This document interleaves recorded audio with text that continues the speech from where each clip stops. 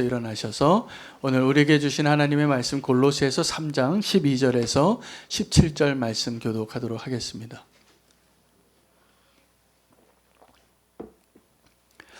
그러므로 너희는 하나님이 택하사 거룩하고 사랑받는 자처럼 긍휼과 자비와 겸손과 온유와 오래 참음을 옷 입고 누가 누구에게 불만이 있거든 서로 용납하여 피차 용서하되 주께서 너희를 용서하신 것 같이 너희도 그리하고 이 모든 것 위에 사랑을 더하라. 이는 온전하게 매는 띠니라.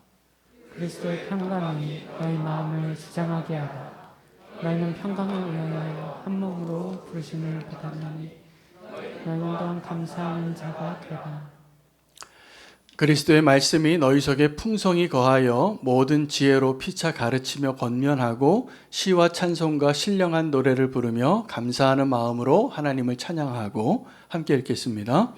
또 무엇을 하든지 말에나 일에나 다 주 예수의 이름으로 하고 그를 힘입어 하나님 아버지께 감사하라. 아멘. 하나님의 말씀입니다. 자리에 앉으시겠습니다. 오늘 본문을 통해서 우리가 그리스도 안에서 어떻게 새로워지는가에 대해서 함께 나누기를 원합니다.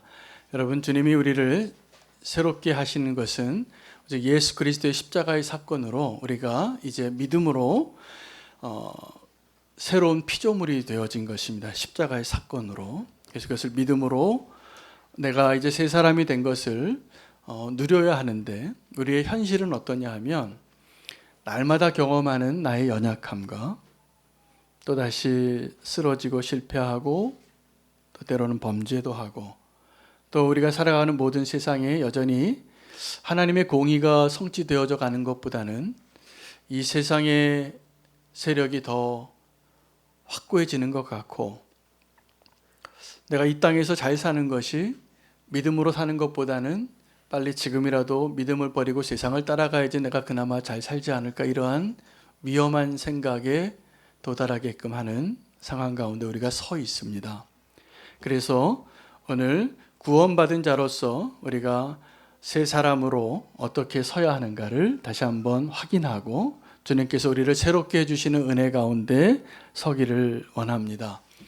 여러분, 우리가 새롭게 되어지는 두 가지 방법을 성경에서는 말하고 있는데, 고린도 후서 4장 16절에는 이렇게 말합니다. 너희가 너희의 겉사람은 날마다 후패하나 너희의 속사람은 날마다 새로워지는도다. 마치 양파 껍질 벗겨지듯이 우리의 겉사람은 날마다 이제 나이가 들어가고 에이징 효과가 나오는 거죠. 늙어갑니다. 겉모습을 보면 늙어가는 것 같은데 우리의 속사람은 주님께서 날마다 새롭게 함으로 나이와 상관없이 하나님이 원하시는 진정한 그리스도인의 모습은 새로워지는 자입니다. 할렐루야. 그래서 우리가 새로워지는 것을 경험하는 두 번째 방식은 옷을 입는 것입니다. 성경에 이 옷을 입으라, 너는 새 사람을 입으라, 이런 표현이 굉장히 많이 나오는데 여기에는 놀라운 성경적인 원리가 있습니다. 사실은 하나님 우리를 새롭게 한 것은 하나님이 하신 일이에요. 근데 우리가 해야 할 일이 있는데, 우리가 그 새로움을 경험하고 날마다 새로워지기 위해서 필요한 것은 새로운 옷을 입는 것입니다. 아멘. 그러면 우리가 새로운 옷을 입는다는 것이 왜 자꾸 성경에서는 이 표현을 썼을까? 제가 오늘 새로운 존재가 되는 것에 대해서 묵상하다가 그 비밀을 발견했는데, 고린도 후서 5장 2절에 우리의 육체의 처소가 무너지는 그때에, 우리의 장막이 무너질 때, 이게 우리 죽음을 말하는 겁니다. 성경은 우리의 몸 자체를 옷으로 얘기해요. 그래서 우리의 육체가 나중에 이 땅에서 그 장막이 무너질 때 하늘로부터 덧입혀지는 새 옷을 입게 되리라. 이게 부활의 원칙이에요. 여러분, 우리가 새 옷을 입으라. 그 새 옷을 마지막에 입게 될 마지막에 새 옷은 뭐냐면 부활의 몸입니다. 할렐루야. 주님께서 우리를 새롭게 하시는데 지금도 그 일을 새롭게 하시는 일을 하고 계시고, 그리고 마지막 날에 주님께서 영원한 부활의 몸을 입게 하심으로 우리가 새로워지는 삶을 누리게 하실 것입니다. 근데 문제는 지금 우리가 그 변화에 대하여 새로워지는 일에 대해서 우리가 정말 원하는가요? 여러분 새로워지기를 원하십니까? 그래서 매년 새해에 결단하십니까? 이렇게 살겠다고, 이렇게 성경 통독하고 하루도 안 빠지고 성경 읽겠다고, 하루도 안 빠지고 새벽기도 나오겠다고 다 결단하는데 이게 잘 안 됩니다. 왜 그런지 아십니까? 예, 해 아래 새 것이 없기 때문입니다. 우리가 여전히 옛사람의 연약함 가운데 있습니다. 여러분 새로운 일들을 하나님이 이루신 것에 대한 믿음이 없이는 우리가 새로워지는 것이 어렵습니다. 새 옷을 사면 기분 좋죠? 날아갈 것 같죠? 네. 새 차를 사면 어떻습니까? 더 높이 날아갈 것 같습니까? 새 집에 들어가면 좋죠? 거기가 천국 같죠? 예, 새 거는 다 너무나 좋아하는데 우리가 그게 익숙해지면 또 새로운 느낌을 별로 못 느껴요. 우리가 좋아하는 새로운 것들, 새 옷, 새 자동차, 새 집 별로 새로워지지 않습니다. 왜냐하면 우리가 헌 것이기 때문에 여전히. 하나님께서는 우리가 새로운 존재가 되기 위하여 정말 새롭게 하는 일들을 이루고 계시고 그것을 원하고 계십니다. 오늘 이 새로운 옷을 입고 새로운 사람이 되는 것에 대해서 가장 좋은 본보기가 되는 예화가 될 수 있는 인물이 요셉입니다. 여러분 요셉의 인생에 두 가지 키워드가 있는데 하나는 요셉의 옷이고 하나는 요셉의 꿈이에요. 근데 하나님께서 이 요셉을 택하셔서 그 집안에 이 요셉을 통하여 하나님의 꿈이 이루어지게 하시는데 요셉의 인생의 그 스테이지마다 옷이 바뀌죠. 요셉이 무슨 옷을 입고 시작하냐면 부잣집 막내 아들로 시작합니다. 그래서 채색 옷을 입는데 아버지가 이 막내 아들만 너무 사랑해요. 그래서 이 채색 옷을 입고 살아가는 것이 우리가 좋은 것 같지만 별로 그렇지 않습니다. 사람들이 다 시기해요. 내가 똑같은 집안의 형제인데 나만 채색 옷을 입고 살면 행복할 것 같죠? 그렇지 않습니다. 사실은 아버지의 사랑은 듬뿍 받지만 형들의 시기가 더 고달픕니다. 아버지 없는 시간이 훨씬 많으니까. 근데 그 요셉이 채색 옷을 입다가 그 형들의 시기 때문에 어떻게 되면 불행해지죠. 그래서 팔려가요. 노예의 옷을 입어요. 멀리 가요. 죽을 뻔했는데 그래도 노예의 옷 입고 그걸로 떠나죠.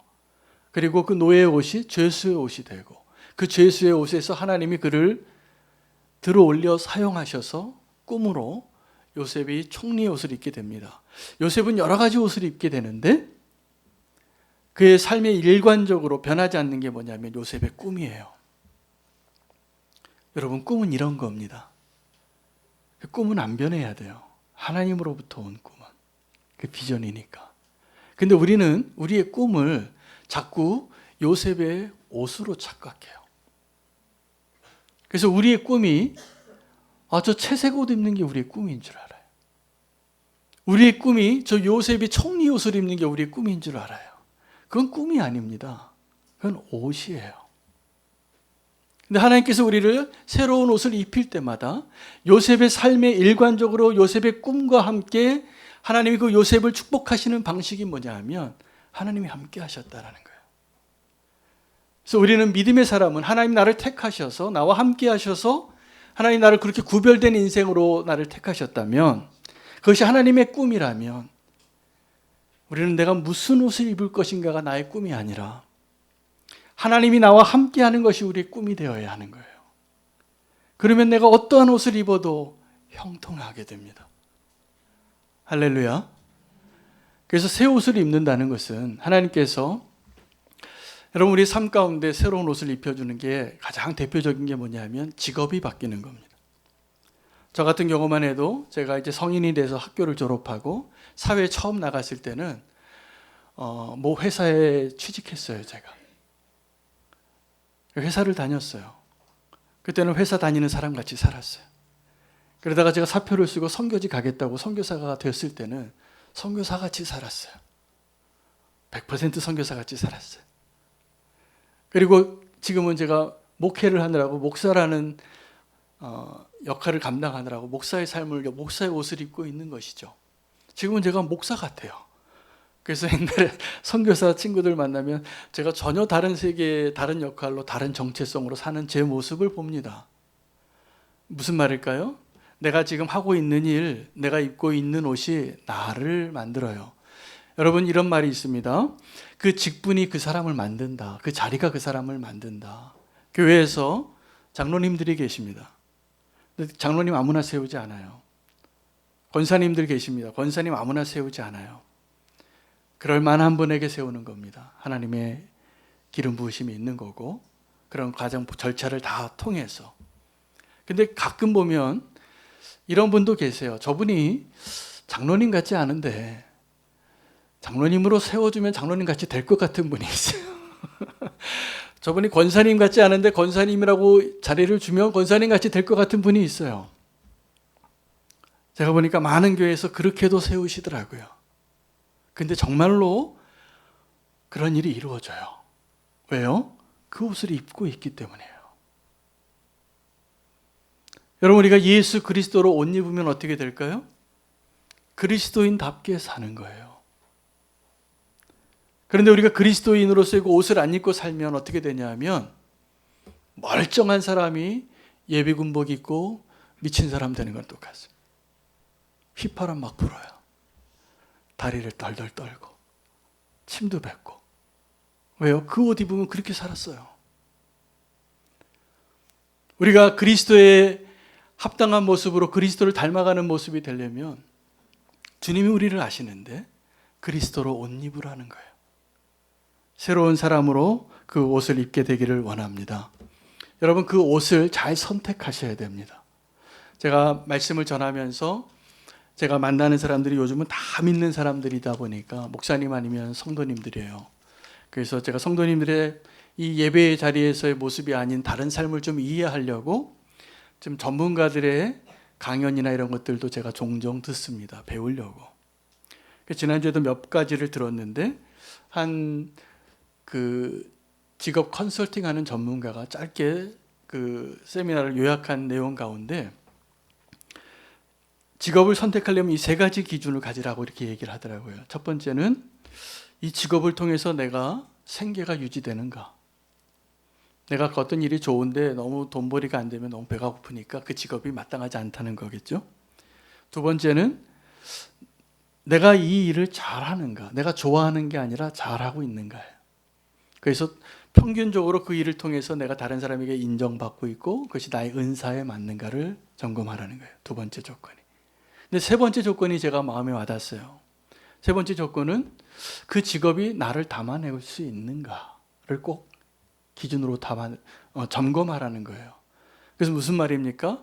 사람들을 만나면 우리 명함을 주고받고 나 뭐 하는 사람이라고 말할 때 흔히 나 하나님의 사람입니다. 나 크리스찬입니다. 이렇게 말하기보다는 내 명함에 써 있는 것이 나를 나타내는 거예요. 그 사람에게 소개하는. 어느 회사를 다니고 내 직책이 어떻고. 그런데 그 직업이, 그 자리가 나를 담아내기에 부끄럽지 않은가. 내가 어떤 일에 돈도 잘 벌고 내가 잘하는 일이기도 한데 내가 그 일을 한다는 것을 드러내기에 적합하지 않으면 그것은 직업 선택의 기준에 중요한 요소가 합당하지 않다는 거예요. 여러분, 직업에는 귀천이 없습니다. 하나님께서 우리를 어떤 일을 통해서든지 그 일을 통하여 내 자아가 성취되어지고 하나님 나라를 이루기 위하여 성도들이 다 어떠한 직업이든지 갖고 있어야 합니다. 제가 보기에. 그리고 그 직업을 사랑하시길 바라요. 그리고 이런 기준에 맞게 정말 그 직업을 잘 선택하시고 기쁨으로 그 삶에 열심히 사는 것이 성도로서 예배하는 삶만큼 중요합니다. 근데 우리가 직업은 선택할 수 있는데 내가 성도로서 지금 서 있는 것은 내가 선택한 것이 아니라 하나님이 선택하셨다는 사실을 꼭 알아야 됩니다. 할렐루야. 그리고 그 옷에 합당한 모습으로 새 옷을 날마다 입을 수 있게 되기를 원합니다. 여러분, 성도로 살아간다는 것은 이 땅에 있는 것을 십자가에 못 박고 위의 것을 구하고 위의 것의 옷을 입고 사는 자들을 성도라고 하는 겁니다. 어떤 일을 하든지,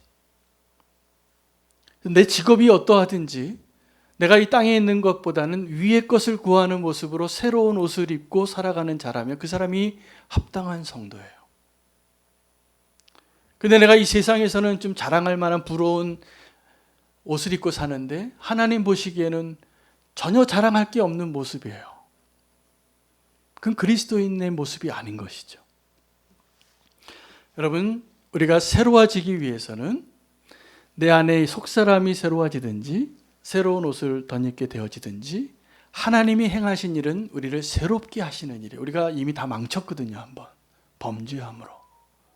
근데 하나님이 우리를 새롭게 하심으로 구원하시고 하나님의 백성으로 성도로 불러주셨는데 이제 우리가 해야 할 일은 하나님이 우리에게 허락하신 그 옷을 입고 사는 거예요. 성도의 옷을 입고. 여러분, 성도의 옷을 입고 산다는 것은 어떠한 것이냐면 실질적으로는 주님과 동행하는 삶을 살아가는 거예요. 성도의 옷을 입고 살 때 우리 안에 끊임없는 싸움이 있습니다. 내 자신이 원하는 나에게 익숙한 일, 내가 원하는 일, 내가 선택하고 싶은 일, 그것과 내 안에서 하나님이 원하시고 하나님이 내게 말씀해 주시고 내게 원하는 것과의 싸움이 늘 일어나는 것이죠. 제가 대학교 시절 때 제가 86학번인데 88년도에 올림픽을 하면서 여행 자유화가 됐습니다. 그래서 그때 해외여행이 처음 가능하게 돼서 제 베스트 프렌드하고 이 기회를 놓치지 말자. 드디어 해외로 나갈 수 있는 문이 열렸다. 그래서 배낭여행을 가자. 둘이 뜻이 맞아서 용돈 모아가지고 뭐 부모님한테 쫄라가지고 돈을 뭐 이렇게 주섬주섬 막 모았어요. 그래서 어떻게 그 비행료하고 최소한의 금액을 만들었어요. 근데 돈이 넉넉하지 않아요. 나머지 기간 우리가 막 노숙하자. 그냥 젊으니까. 그래서 그 거지 여행을 간 거예요. 여러분, 그 여행이 어땠을까요? 네, 아주 행복하면서 아주 최악이었어요. 나하고 제일 친한 친구인데 상황이 어려우니까 뭐 먹어야 될지 어디를 가야 될지 어디에서 머물러야 될지를 가지고 의견이 달라요. 싸우고 따로 돌아올 뻔했어요.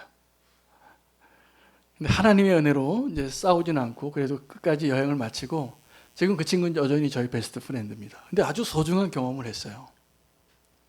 야, 누구랑 동행하는 게 행복한 일이면서도 굉장히 힘든 일이구나.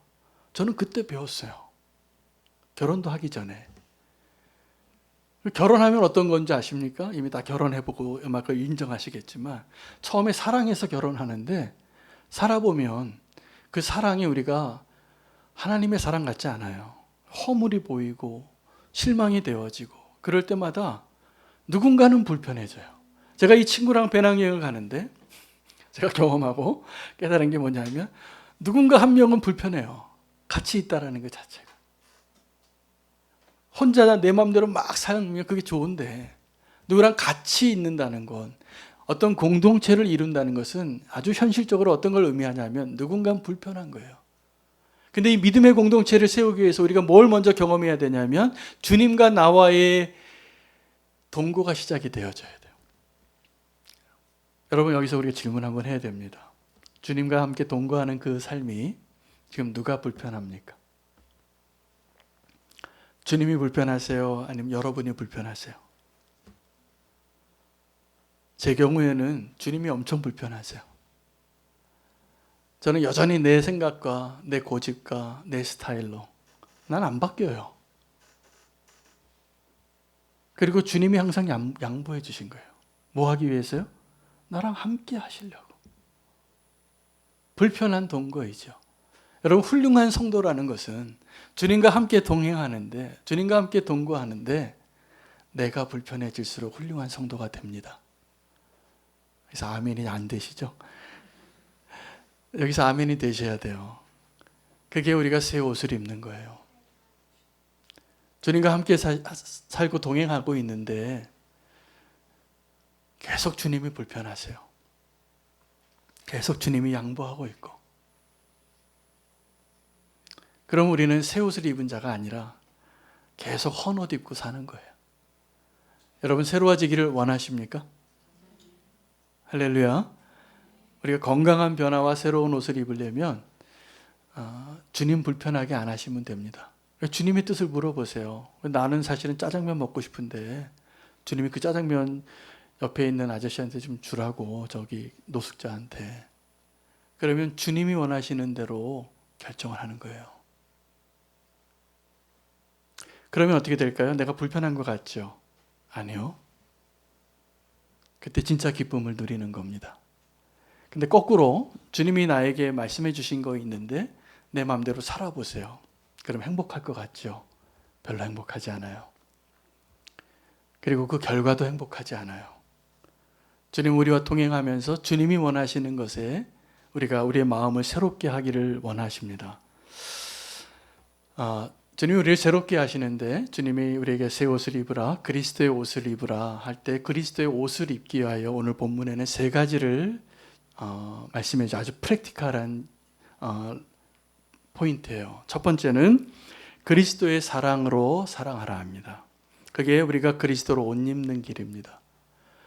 여러분, 사랑하는 사람과 함께 사는 것은 exciting한 일입니다. 같이 놀러 가고 밥만 먹고 함께만 있어도 행복하고 세상을 다 소유한 것 같아요. 사랑하니까. 그런데 문제는 우리가 사랑할 수 없는 사람, 사랑하기 힘든 사람, 용서하기 힘든 사람과 함께 동거해야 할 때 문제가 생기는 겁니다. 여러분, 그런 분들 계시죠? 별로 같이 있고 싶지 않은 사람. 있습니다. 저도 있어요. 저도 나름대로 제 취향이 있잖아요. 저도 제 취향이 있어요. 그래서 제 취향이 안 맞는 사람 불편해요.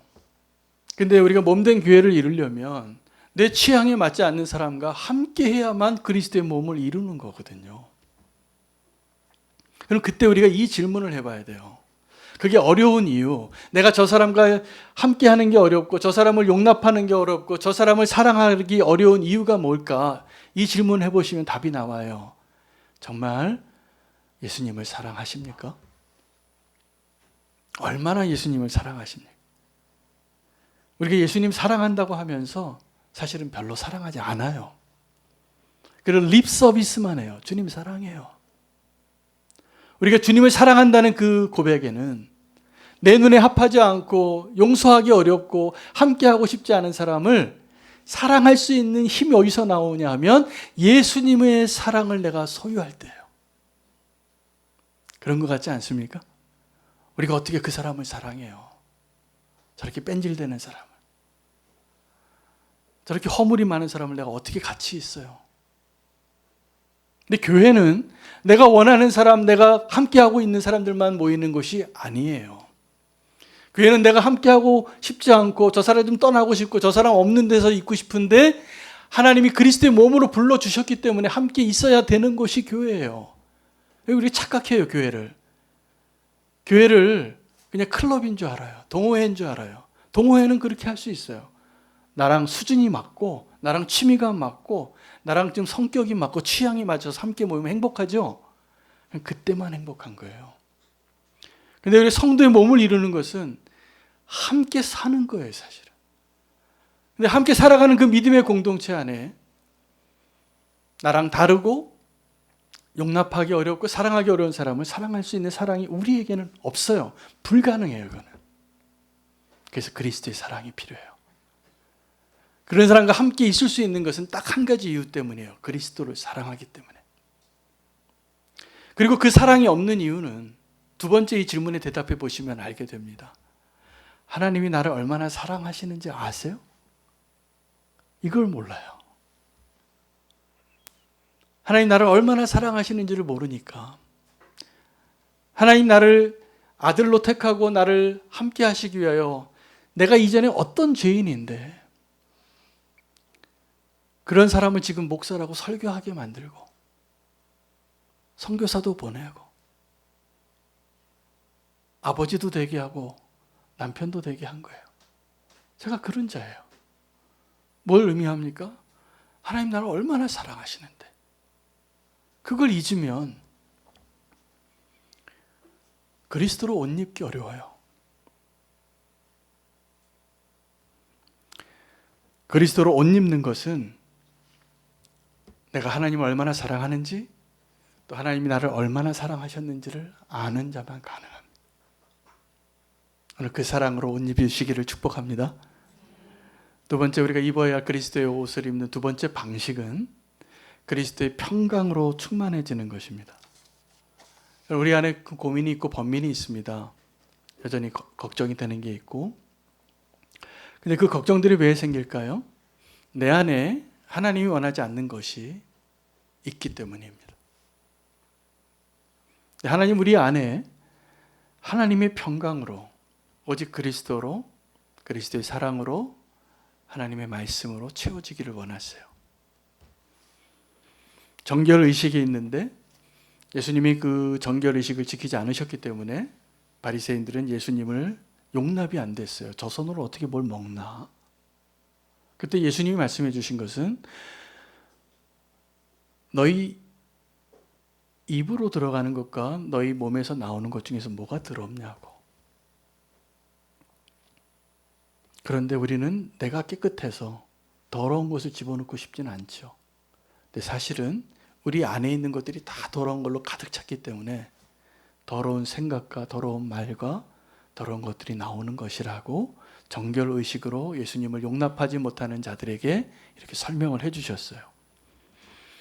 여러분, 지금 우리 안에 예수님 믿는다고 하면서 내 안에 지금 가득한 갈망이 뭡니까? 제가 지난주에도 퓨 리서치라는 곳에서 리서치를 했더라고요. 제가 이런 자료를 좀 통계를 인용하는 것은 지금 우리의 실제 모습을 잘 설명해 주는 자료예요. 아주 팩트예요. What makes life meaningful? 이라는 질문에 선진국들이 다 대답을 했는데 우리나라만 정반대의 결과가 나왔습니다. 여러분, 우리가 무엇이 있어야지 우리가 행복할까요? 그 질문인데, 의미 있는 삶을 사는가? 다른 모든 나라는 지금 제일 갈망하는 것, 무엇을 얻기를 원하는 것의 첫 번째 순위가 가족이었어요. 두 번째 순위가 건강이고, 그리고 세 번째 순위가 물질적으로 풍요로운 것이었어요. 근데 우리나라는 이 순서가 거꾸로예요. 지금 이 시간에. 지금 한국 사람들이 뭐가 있어야지 행복하다고 생각한다고요? 물질적인 풍요가 있어야지 행복하다고 생각해요. 두 번째, 가족도 아니더라고요. 건강해야지 행복하다. 세 번째, 그리고 가족이에요. 여러분, 부인하실지 모르겠지만 이게 설문조사에서 나온 자료니까 이게 아마 사실이겠죠. 보편적으로, 개인적으로는 다르겠지만 이 결과가 말해주는 게 뭐냐 하면 우리 안에 돈이 있어야 행복하다고 생각하는 것은 우리를 굉장히 허무하게 만들 겁니다. 성경은 분명히 말하고 있어요. 우리가 성도로 산다고 하면서 우리 안에는 그리스도로, 하나님의 말씀으로, 그리스도의 평강으로 채워지기보다는 세상 사람들과 똑같이, 아니면 세상 사람들보다 더 나도 성공하고 싶고, 지금 돈이 있어야지 내가 안정감을 느끼고, 돈이 있어야 내가 행복하다고 느끼는 사람이 훨씬 많다는 사실이에요. 행복하지 않습니다. 그래서 그리스도의 평강이 필요해요. 여러분, 우리의 진정한 만족은 물질을 예를 들면 우리가 부할 때 처할 줄도 알고 빈궁한 데 처할 줄도 아는 것을 바울이 배웠다고 하면서 너에게도 자족함을 배워라 라고 말하고 있습니다. 여러분, 우리가 무엇으로 만족이 됩니까? 만족은 어떤 이 컵에 가득한 상태를 말하잖아요. 근데 이 컵에 돈 아무리 집어넣어도 차지 않습니다. 돈 많은 사람들 만족하고 살 것 같죠? 안 그래요. 더 불안해하게 사세요. 성경이 분명히 그 얘기를 하고 있어요. 그 콩을 나눠 먹더라도 화평케 하고 그리스도의 평강이 있는 사람들이 행복한 화목한 집안이에요. 여러분, 내 안에 그리스도가 아니라 다른 것이 채워지기를 원하는 그 마음으로는 절대로 그리스도의 평강이 가능하지 않습니다. 그리스도로 옷 입는 두 번째 방법은 하나님으로 채워진 삶으로 사는 것이에요. 세 번째가 그리스도의 말씀으로 충만하여지기를 원하노라. 그 말씀이 너희를 권면하고 가르치고 시와 찬송과 신령한 노래로 예배를 완성하는 길입니다. 그 말씀이 말에나 일에나 충만하여지는데, 여러분, 말씀이 우리 안에 충만하지 않게 되어지는 때가 있습니다. 우리 인생의 사사기 계절로 들어가는 거죠. 언제 그렇게 되냐면 하나님의 말씀을 기뻐하지 않아요. 그럼 하나님이 어떻게 하시냐면 점점 말수가 적어지세요.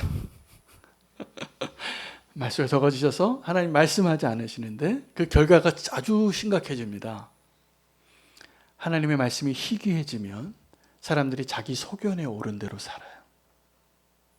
결과는 어떻게 되냐면 아주 불행해지고 원수에게 짓밟히고 다 빼앗기고 부르짖는 자리에 가기 때문에 하나님께 부르짖을 때 하나님이 다시 말씀을 전할 사사들을, 하나님의 말씀이 희귀한 세상에, 여러분, 하나님의 말씀은 영원히 변하지 않습니다. 우리가 변하지. 그래서 하나님의 말씀이 우리에게 들려질 때 우리가 새로운 옷을 입는다는 것은 하나님의 말씀을 그대로 아주 작은 부분이라도 순종하고 살아보려고 그 말씀을 붙잡고 사는 거예요. 근데 우리가 그 말씀을 순종하지 않고 별로 가치를 두지 않고 다른 것이 더 가치가 있게 되면 어떻게 되냐 하면 말씀이 들리지 않고 말씀이 희귀해집니다. 지금 말씀이 풍년인 것 같은데 설교하는 동영상이 유튜브에 엄청 많잖아요. 그래서 내 기호에 맞는 말씀을 찾아서 얼마든지 서핑할 수 있고 쇼핑할 수 있어요. 하나님의 말씀은 그렇게 듣는 게 아닙니다. 내가 원하는 하나님의 말씀을 내가 선택해서 들을 수 있다는 것, 그건 재앙이에요. 하나님 나에게 말씀하시는 것을 내가 그 자리에서 들을 수 있을 때, 그리고 그 말씀에 내가 기쁨으로 순종할 수 있을 때, 기쁨으로 내가 그 말씀대로 살려고 내 삶을 바꾸려고 할 때, 그것이 새 옷을 입는 거예요. 하나님 말씀 아무리 쇼핑해 보세요. 여러분의 삶은 절대로 변하지 않습니다. 하나님 나에게 들려주시는 말씀대로 내가 살아보려고 할 때 내 삶이 바뀌고 그리스도로 옷 입는 일들이 가능하게 되는 것입니다. 오늘 주님께서 우리를 새롭게 하시기를 원하신다면 주님과 동행하기 위하여 누가 불편해야 하는가 결정하세요. 그리스도의 사랑과 그리스도의 평강과 그리스도의 말씀이 지금 내 안에 충만하게 채워져 있는가 확인해 보시기 바랍니다. 아직 소망이 있습니다. 오늘 아멘 하시는 분들에게 소망이 있어요. 그 변화를 하나님이 행하실 거라 믿습니다. 새 옷을 입으시기 바랍니다. 주님 우리를 새 옷을 입으라고 할 때 그 새 옷을 입고 마지막에 우리가 입어야 할 새 옷은 우리 육체의 장막이 다 허물어질 때 하늘로부터 내려오는 덧입혀지는, 여러분 그 부활의 비밀이 어떠냐 하면 우리는 지금 사망이 나를 삼킬 것 같은데 주님이 다시 오시는 그 날에, 그 부활의 날에는 이 사망이 삼킴을 당하리라. 이 사망이 삼켜지리라. 이게 우리가 덧입게 돼, 우리가 입게 되어질 영광스러운 새 옷을 말씀해 주시는 거예요. 오늘 그 축복을, 그 기쁨을 누리시는 새롭게 되어지는 자 되시기를 축복합니다. 오늘 찬양을 하나 하려고 하는데 비준비하시니 라는 찬양이에요. 하나님이 어떠한 분이시고 이 땅에 하나님이 우리를 부흥케 하시고 새롭게 하시려고 하나님이 어떤 분이신지를 고백하고 비를 준비하셔서 이 땅을 위하여 하나님이 덧입혀 주시는 하나님의 은혜를 우리가 갈망하며 함께 고백하며 찬양하고 결단하겠습니다.